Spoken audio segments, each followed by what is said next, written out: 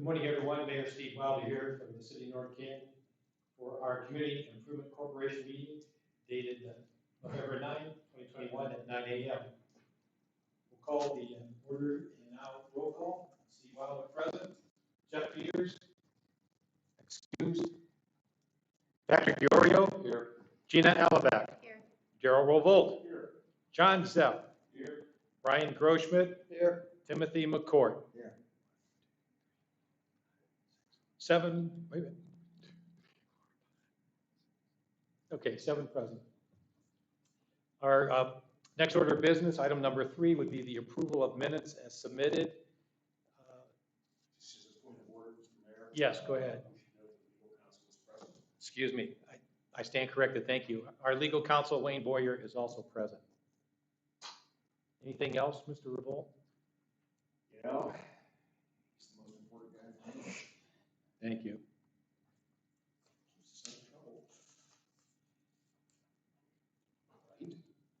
Try. Yes, sir. Before we go for approval of minutes, any changes on that? Okay, or any other discussion? All right. I'll seek a motion to approve the minutes of July 28th meeting. So moved by Diorio, seconded by Revolt. All in favor say aye. Aye. Opposed? That motion carries. Thank you very much. As we get into new business, I'd like to open the floor up for general discussion. We're going to have a presentation or explanation with community outreach discussion with John Zepp. So, Member Zepp? I had called in and talked to Pat, and we were just kind of thinking about the Community Improvement Corporation, and we kind of gained some momentum this last year, and got things done. And we kind of wanted to continue with that and see if we could maybe broaden the scope of what we've done historically to reach out to a little bit more of the community. I think what we've done has been great with the land banking and all that, but in our discussion we were talking about opportunities we see in the community for, there's a lot of charities, a lot of churches, a lot of organizations that are reaching out into the community. And we feel like maybe we're uniquely positioned to connect our hand with a resource. Maybe we could be that bridge to bridge the citizens with the resources that may be available they may not be aware of. But I guess as I was thinking that through, I don't want us to lose focus on what we're doing. But I wanted it to stay, I thought maybe we could broaden the scope of what we do, but still stay in the unique position that we find ourselves in as we're a city organization, but not really.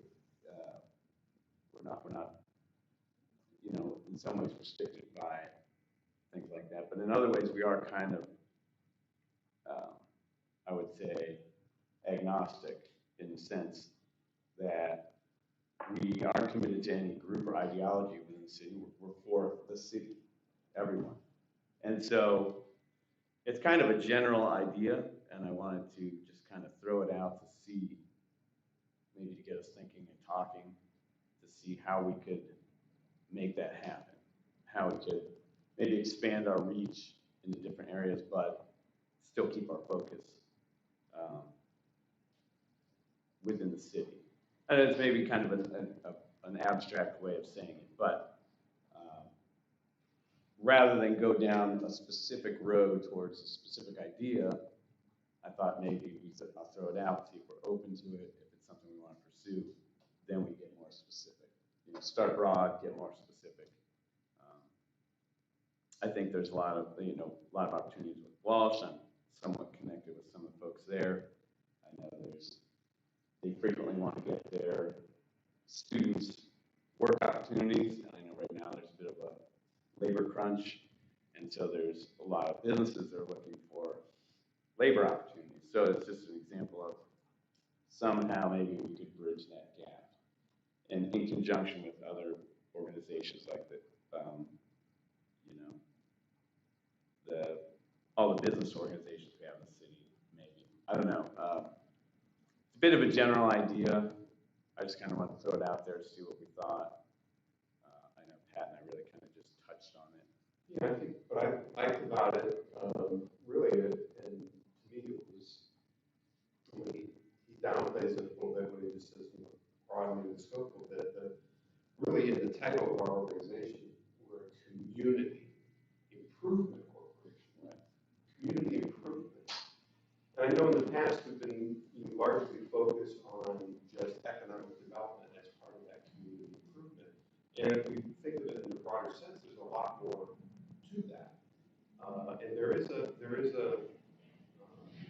void, I think, out there, John's point of connecting the dots for people.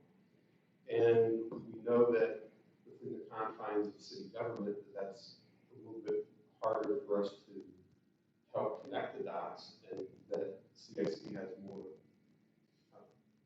liberties, less restrictions on being able to do some of the very things that you were indicating. So I thought it was worthy of, not necessarily something that we'll solve in one meeting or two, but something that I think we should start the wheels turning in our heads, and then as we continue to get together, start to decide to expand on this and start, like John says, start fleshing it out and getting some specifics with it. I chose to do it at this meeting because trying to get a little momentum. We know that we have an organizational meeting every January. So we know that, 30 days or so from now, 60 days from now, we're going to be meeting again anyway. And maybe we'll have some time to noodle this and come back with some ideas. So that was hence the reason why we're here today, and give you guys a chance to throw it out. It's kind of like Tim with the score, right? And I mean, that group, That's a good example. Better than what they do. Yeah. There's counselors from business in different industries that nonprofits, startups, even people that have been in business for a while come to them, for counseling. And honestly, their staff is unreal. They're executives from big companies. Originally, when a whole lot of latte love kind of came around, Beth she worked with SCORE, and then she asked me to bring this group in, and we talked about the mission of what we're doing here. So you got to be careful. The city's money has been seeded by tax money, right. And if people want to give, they don't give through taxes, right? They give through their private monies, and so there's okay, what's the mission here? But if we go through an organization like SCORE, a best thing to do would be to go to their monthly meeting and present and say, hey, traditionally it's storefronts, it's plain banking, but we're open to anything that grows the mission of the city, and let those guys do what they do. Yeah, because honestly, when I talk to them about things before, those guys, they're way ahead. Oh yeah. They do. I mean, even yeah, as far as managing those things, yeah. So groups, then let them, and then hey, let them tell us what they need. Right. But it's a great idea. Well, that's why I view it more as a connector. We're just connecting, like SCORE, for example. Someone came to us and said, we have a need. All we're going to do is say, we know someone that can help with that. Yeah. And we plan to SCORE. I wouldn't have any interest in us taking over any charitable thing that someone else is already doing. That would be foolish. And it would be more like we're just connecting people. Yeah, and let those guys at SCORE say, hey, how about this? This is infrastructure or whatever, but it goes in line with this charity's end goal, or they need a place or whatever. If there's, because of the economy and different things, SCORE's kind of had to back off a little bit because you can't meet, for a while we couldn't meet with anybody. Yeah. And things like that. And there's guys at that organization that can speak far better than I can as far as what they can do. But I've been super impressed with everybody there. mean, I've several guys that are citizens of North Canton.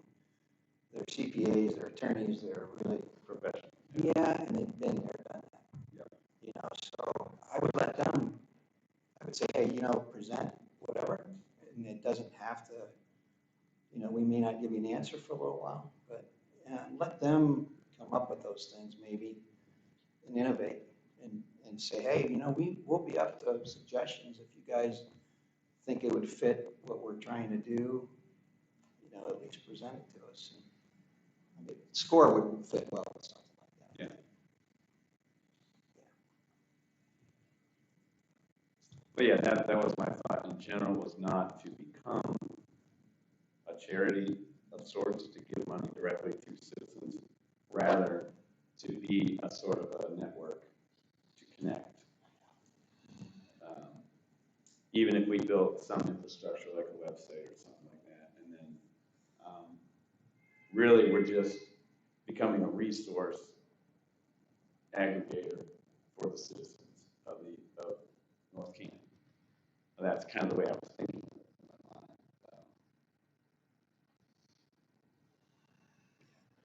I mean, and I can talk to the director of SCORE and say, hey, here's what we're thinking. We want to use this money in a little more creative way, and we're looking for some suggestions. And we're willing to, you know, bring it up to the group, let them think about it at Well, the and monthly meeting. especially for people who are aware of what the needs are in the community, especially on the business side. That's one aspect, you know. Yeah. What are the needs of the community on the business side? Maybe they're more connected in a way that we aren't. And that would give us some intelligence about if we're going to build something, how we would build it to be effective.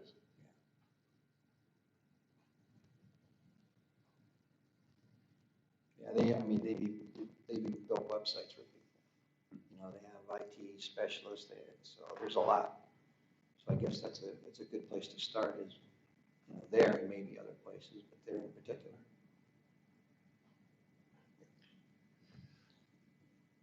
Seems like you're thinking something. Start with, I guess, your observation and Patrick's. Ours is a community improvement corporation. Yep. How we define improvement really rests with this body.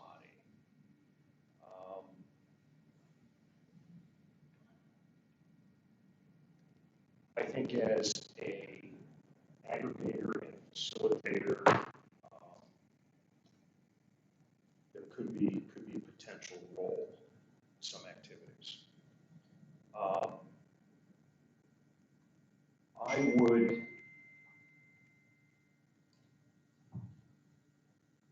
I would caution us that the Community Improvement Corporation is in effect an arm of the municipality. It can be dormant, it can be hyperactive, but it will always fall under public supervision. We may be on the cusp of being, we the Community Improvement Corporation may be having more resources than we've historically had. I think it's really imperative that we remind ourselves that we be extraordinarily cautious about our mission. One of the things that I've seen over my years is there's absolutely no shortage of supplicants for money. And it's very easy to develop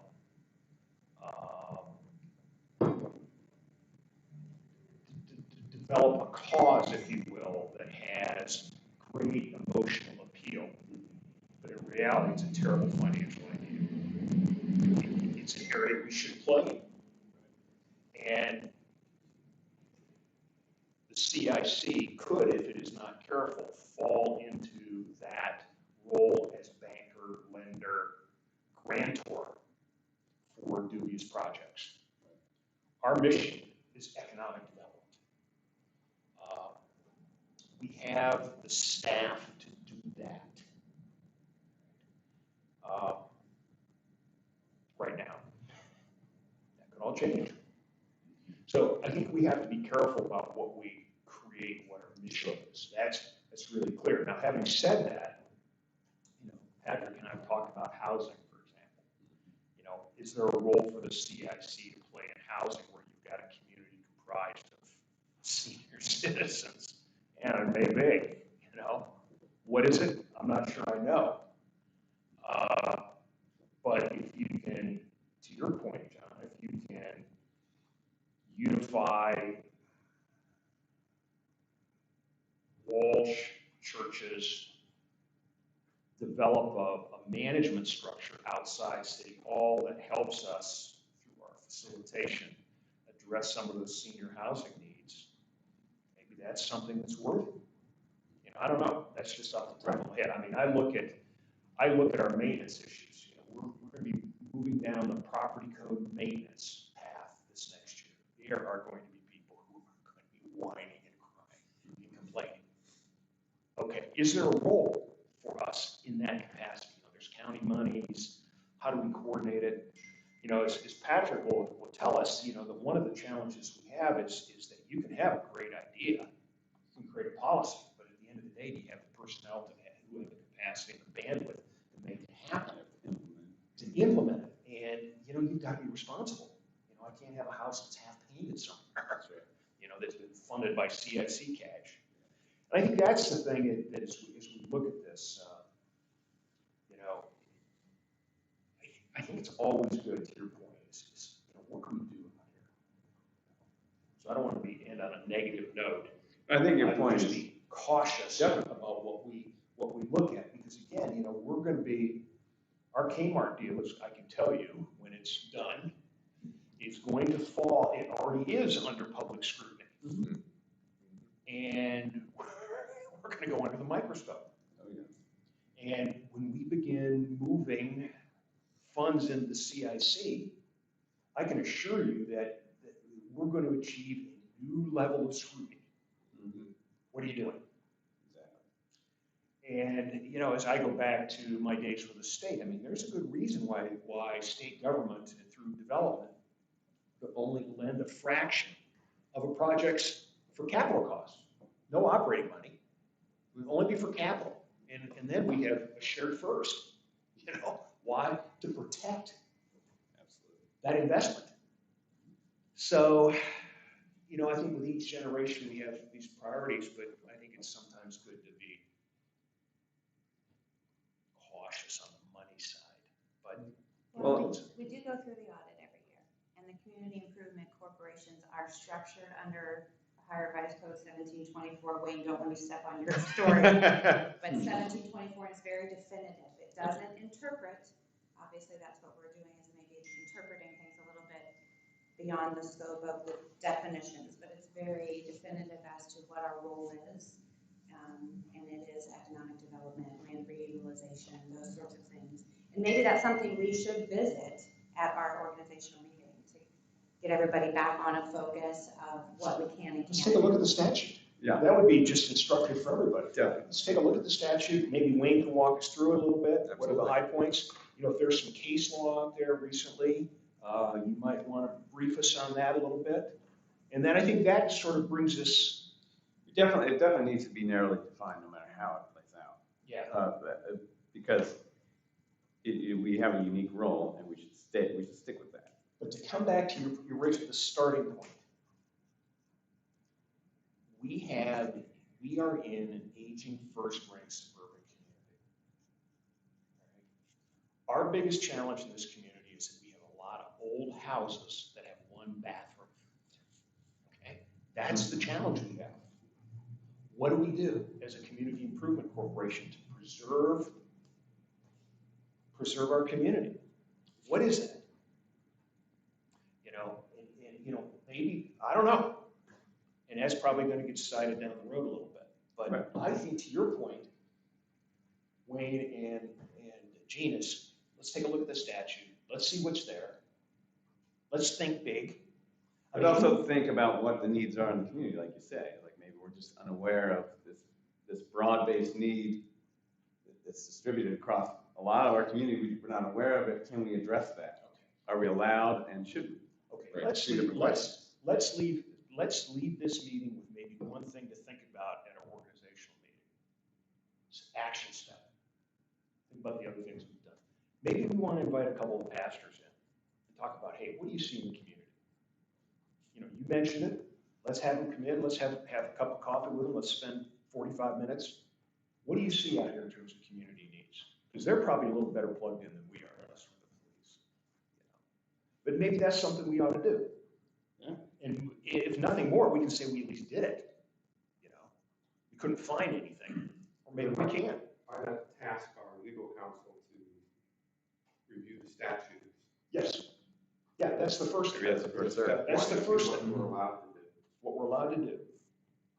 And then maybe that's subject for our January meeting. Because the last thing we'd want to do is to spread everything really thin and just become really fragmented. It's not at all. You won't do anything well. Right. You know, Patrick and I have this conversation quite a bit. I think Tim's been unfortunately a victim of this kind of talk.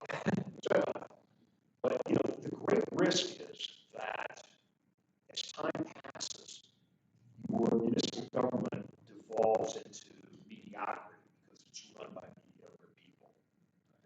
Right? And so when you create something, you've got to make sure whatever I'm looking at that. Yeah. But seriously, I mean, we're operating up here now. I mean, who would have imagined in 2017 that we would have bought 30 acres at Kmart and successfully flipped it? Mm-hmm. I mean, think about it a second. This is a page out of big Donald deal. Trump's handbook, you know. I should say Donald Trump. Brandon. But, you know, but we've achieved that, and this is because we've got a mayor who gets it, we've got a council who gets it, I've got an administrator who gets it, I've got a finance director who gets it, and we were smart enough to go outside for help. Right. You know, and that's really unheard of. Most municipalities, well, they just do it inside. Well, we know what we're doing, we're going to take care of it. Well, they fail for lack of good advice at school. So whatever we create, you want something that hopefully is strong enough to weather the ebb and flow of municipal competency. How's that sound? Municipal competency.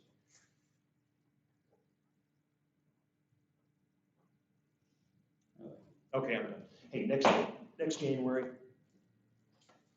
John, I think it's important that we do the best that we can to connect our community, like you said. Yeah. How can we improve that connection? And obviously, through the CIC, we've made some advancements with that. And I also hear, you know, how can we connect our faith-based communities again?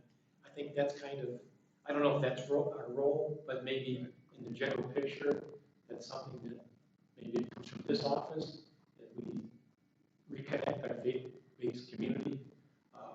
I also, as I recall, you know, what can we do for multicultural events in the city? Not that that falls under our parameter, but you know, that general sense of connectivity, either working through Walsh or you know, the different ethnicities that we have in our city, that came up from some middle schoolers. Okay, that they like to see those kind of events connecting our city, and you know, again, helping small businesses in the last, where is that a role that plays in for us? But I think fortunately we've been lucky that the 40-some businesses that we've attracted over the last 2 years, that they've located in North Canton or relocated or expanded their businesses. It's a pretty exciting. But I would like to revisit the code. Coming in kind of a novice for myself, I had a lot more to learn about I'm sure. our function as a CIC. But, so I think general discussion is good for us to go forward in January 2022. I just can't, help, being as old as I am, just being reflected. To Daryl's point about 2017. There was a time when I came here in 2017 that the CIC hadn't met for like 8 years. They didn't meet. And here we are today having this discussion about the role of ourselves. and how we can be better and do more, whatever. And just that short time ago, we didn't even have organizational meetings. What a joke. Maybe to Patrick's point, this is something else after we get Wayne's briefing. We've got a couple of really, really smart recent college grads working for us. Right? They excel in research, timely, thorough, and maybe one of the things to do is to task them off to research some CICs. They can pick up the phone and call around Ohio, and call the clerks or whatever, and see what kind of CICs exist, what kind of programs they're running. You know, so then we'll have the law, and then we'll have some case studies a little bit. And that may include some of the problems that they ran into. Oh, absolutely, that's absolutely right. And We can look to the future a little bit. Yeah, and seeing what they ran into. You know, I can give you a perfect example, John. When we did the DORA, for example, we had Ben call around. Well, you find out where it's working, where it's successful, what kind of problems have you had, what are the limitations you've imposed on. And pretty soon, you know, you're not operating in the dark anymore. You've got a pretty good little mosaic of how you might want to proceed. So, There might be something that comes out of the 2021 master plan also that might, you know, have some suggestions for us too that might dovetail with what we do here.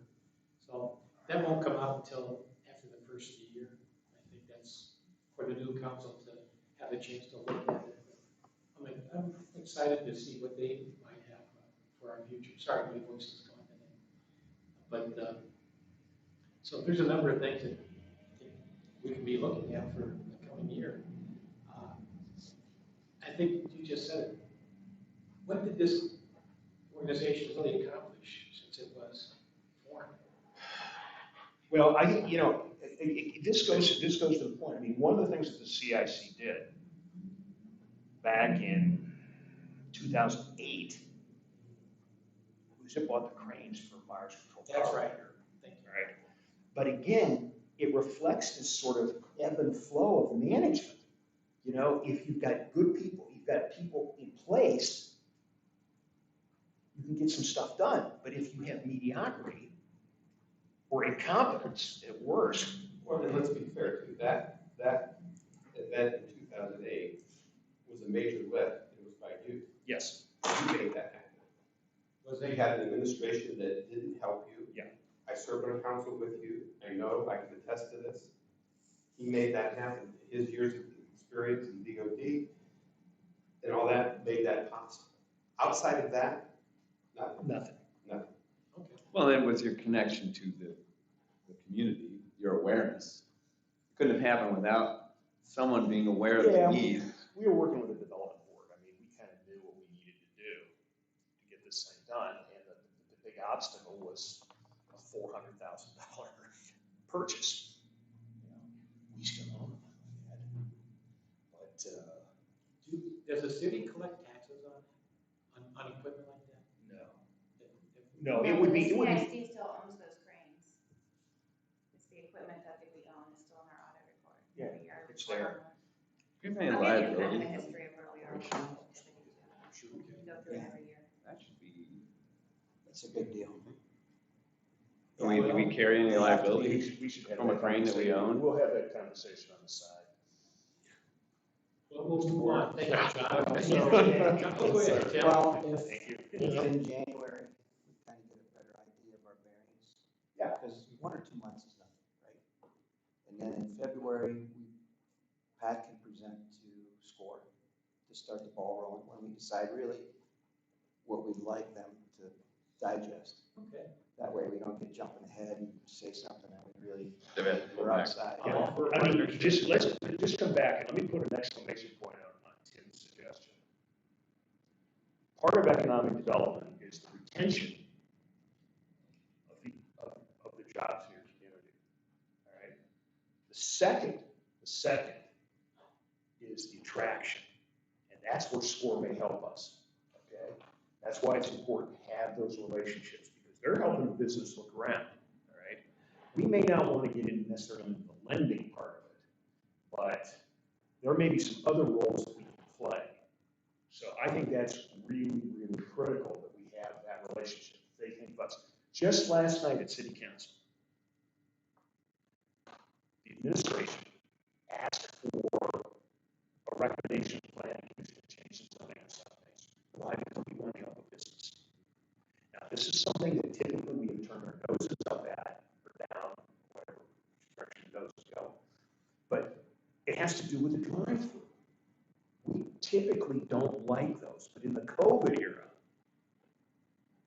we acknowledge the role that drive-throughs and that kind of parking plays in business success. More importantly is that Gina will tell you that we have by and large weathered the last year because of our diverse commercial economy. So what we're saying is that maybe instead of having 1,000 people, we will take them working across the street. What we also want are these middle spots with 5, 10, 15 employees because they're here. You can't do them from home. And that pays for the police, fire, and lets us turn the lights on. So to come back to this in terms of the attraction opportunities, school says, hey, you guys in Nelson are giving this stuff. Let's go talk to the guys in North Canton. They got a land bank up there. Maybe they got some real estate. Maybe, blah, blah, blah. But let's have a conversation with them. And I think that is, we should never discount the importance of that connection in terms of attraction or retention. Maybe somebody's having trouble. Okay, let's get them to score. We know something. And if our chamber's doing its job, they're hopefully out talking to folks. I mean, there's a connection there too. Yeah, oh yeah.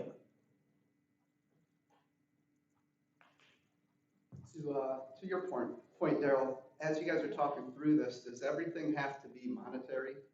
It does not. Can it be more about just bringing the organizations together? People in our community don't necessarily know what's available to them. All the small businesses, I deal with small businesses every day, everyone's hiring, but no one knows where to go. If we start to maybe work with Walsh, maybe we're showing favoritism, or could we just hold a job fair to maybe encourage people to come to the area, move to the area, or focus on a nonprofit sector that focuses on just what's available in the area and let it grow organically rather than picking and choosing. We can do that. Right. Well, I've already spoken to a couple people at Walsh that they would, specifically about job fair, and they would host it. In fact, the one gentleman I know really well is the president of the Garage, which is a student-led organization at Walsh, and they have to do community outreach. It's part of their role, and they would definitely host that. I mean, it wouldn't have to be just for Walsh students, but it could be hosted at Walsh, in which case, the city doesn't have to provide any place, Walsh would do it themselves. And it would be big enough to host, I think, an event like that. So obviously those kind of things, assuming they fall within our purview, it's doable with the resources we have. We just have to make the connection. I guess I look at the root cause of some of the things. We have an older community, we want to attract younger people. We have all these mom and pop businesses. With the new guidelines coming out from OSHA, people are going to want to leave bigger corporations and come to a smaller company. They don't necessarily know what's available, but the more people we can attract to this community, the better. Well, to your point, I mean, if you're talking to college students, let's say you're majoring in business, okay, you want to be, you're an entrepreneur, okay. Walsh puts an emphasis on the Garage and starting your own business, but maybe the thing to do is you could have work for John for a year, figure out what it really takes to run a small business. Sure, great experience. But that's what, we don't sell that. Oh, it's pizza. Well, no, it's a business. It has to pay employees, buy supplies, pay taxes, handle your electricity. Great suggestion. Okay, I think we know what we're going to do in January. Thank you for that. I appreciate that. We'll go to our next order of business, and that would be disposition of property, and led by a discussion by Patrick York. Good Okay, so CIC has an important role in potentially in the disposition of municipal property. So under the revised code, there's basically three ways a municipality can dispose of property. They can auction it, they can sell it outright as part of an urban development plan. Some sort of master urban development plan is created. Or they can transfer the property to a CIC, should they have one. Then the CIC can act much as a regular entity would in the private sector, get a realtor, list the property, go through all that stuff, close the transaction. So the administration has been on a process of identifying municipal property that serves no longer a municipal purpose. And this one particular property on East Hill Street, it is that, fits that definition. So this property was purchased a number of years ago as a potential location for a booster pump station to provide additional pressure for water to Monticello. Since that has all been built out, we have secured a better location a number of years ago for this booster station, should it be closer to the actual development. So we talking with our distribution people, our city engineer, this parcel is no longer needed. So we want to dispose of it. So the council has gone through, I think next week will be the third and final reading on this. We will sign it, will be effect. Property will be in our hands. And I wanted to get authorization to list the property through NAI Spring. They have been our consultants, helping us execute at the CIC the acquisition of a number of other properties. So, Third reading was last night. third reading was last night, like that. So the mayor probably already signed the legislation. So here we are. If we can move forward with that, then we can get that listed. I do know that there are a couple entities, a couple individuals in that area that would like to acquire the parcel. I had it appraised by our consultant, Dan Miller, one of the leaders in this area, and it appraised out for just under $14,000. So if we're fortunate, we get a couple bidders interested in it, we maybe get even more than that. And at this time, City Council has not asked for a return of the proceeds. Nor will it. So Just a lot. it's just a lot. If you go down East Hill, and you get close to the Eastwood development entrance on the left, on the right, there's a parcel next to Dave Rorick's house. I don't know if you know him. On the west side. On the east side. Want to just West. Traffic. I should know better talking to a career. I know where everything is. You can probably tell me about every square foot of that property. It's fine. But yeah, it's a low-lying area. I don't think it's suitable for development. But a couple of the residents there are interested in it for purposes of flood control. So do we need a motion before the board for this CIC to? Yeah, I guess the motion would be to authorize myself to have the property listed. Vote will move to authorize the administration on behalf of the CIC to list the property. Second. Second by Alabama. Any other discussion on that? Just one final point is that by transferring it from municipal ownership to private hands, will be subject to real estate tax. Small amount.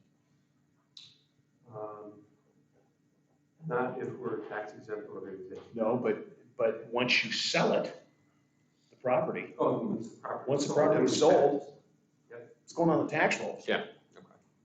It's not there now. So we'll get a little bit.